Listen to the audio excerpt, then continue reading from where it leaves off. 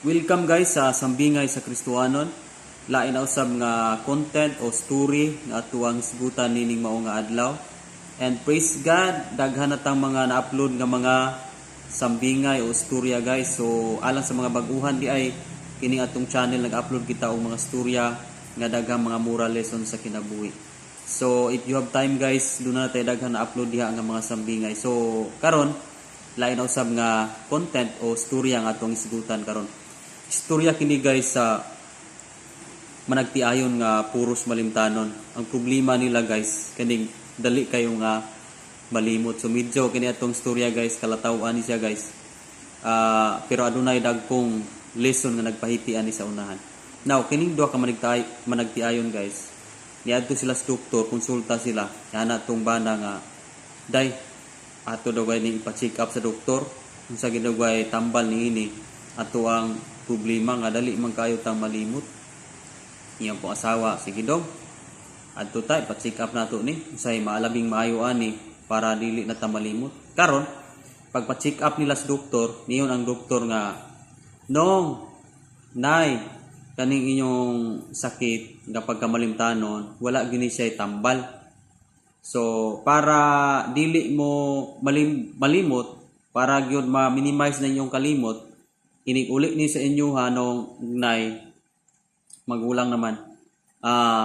Isulat ninyo sa papel ang inyong isugo. Kung sugo si nanay, isulat. Kung sugo si tatay, isulat. So moto, uli silang panimalay. Matag sugo sa asawa, isulat kini niya sa papel. So moto'y tan-awon sa bana. Pag yun dito nga dong kuha atong hinalay. So sulat guys, kuha atong hinalay. Moto'y gitan-aw sa bana. Kuha atong hinalay. So may pa to pagkausa ka semana, may pa to. Kay sige nilang gisulat.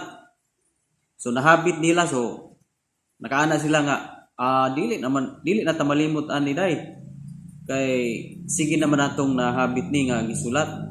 Karon naka-decide sila nga ato na daw i-practice nga dili nato isulat kay murag okay naman dili naman ta malimtanon. So karon iyon ang asawa nga dili dagway daw kinahanglan gyud nga magsige ra gitag sulat. Niyon man tong bana nga hago na kayo day kung magsige ta og sulat pa.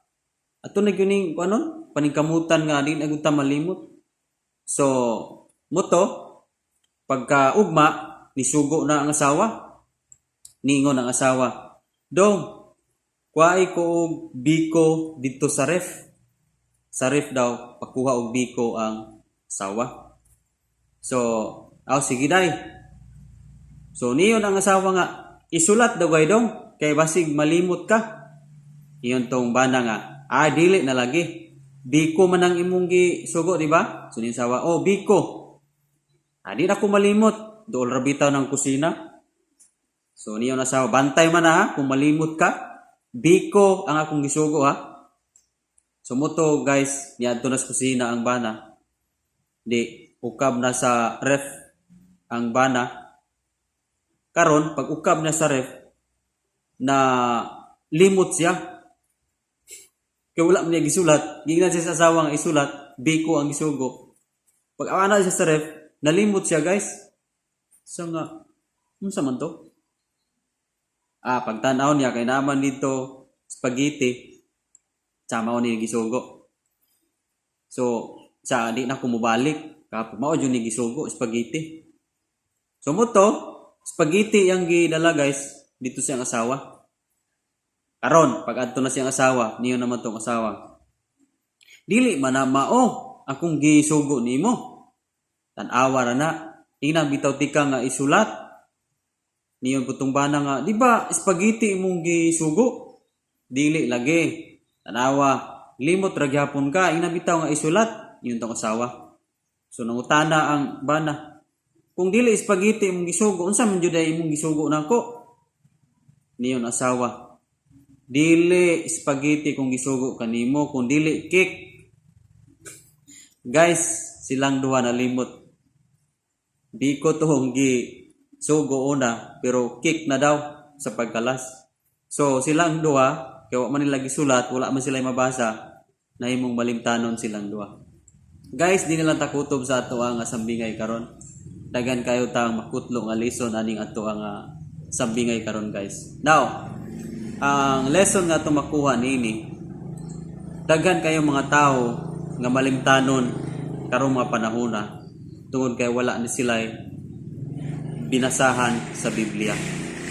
Now, matud pa sa Santiago 1:22 o 23 nga ang tawo nga igo lang namati o wala mutuman ini naisama sa katawo nga nanamin daw nanalamin pagtan-aw niya sa amin, pagtalikod niya nalimot lang siya sa iyang itsura.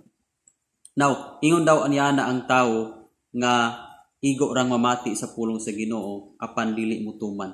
Now, usas mga lesson nga tumakuha niini kay igo ratang namati. Now, namati itong maong bana, namati po ng mga usawa. Pero sa pagtuman dili mao ang gituman. Okay, that's why limot sila. Gisaksyonan sila sa doktor nga muni ang buhata isulat pero wala man nila buhata. That's why nalimot sila.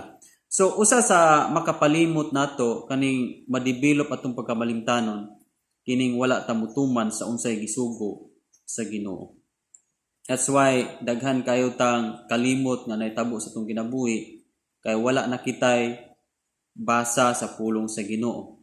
Now, unsa may sikreto nila pag atong sa doktor, unsay gitambag sa doktor para nga dili sila malimot, isulat para na kay mabasa.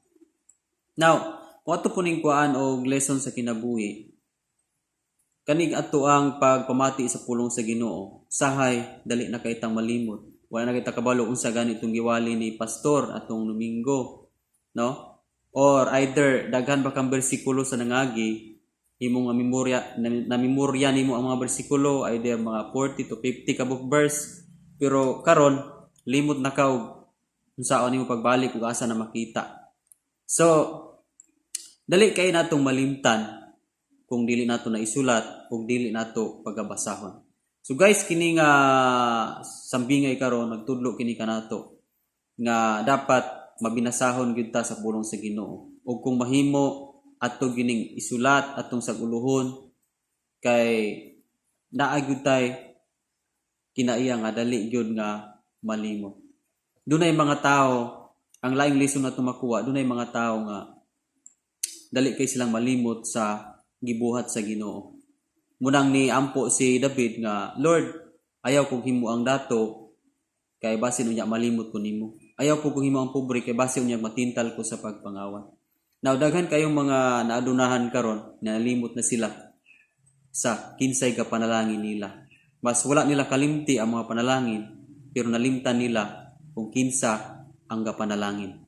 Dunay mga Kristohanon karon nga malimot na gani sila ampo before sila matulog. Malimot na gani sila sa pagpasalamat sa kalanon sa lamisa before sila mukaon. Nalimot ni sila og pangayo og giya before sila maadto sa trabaho.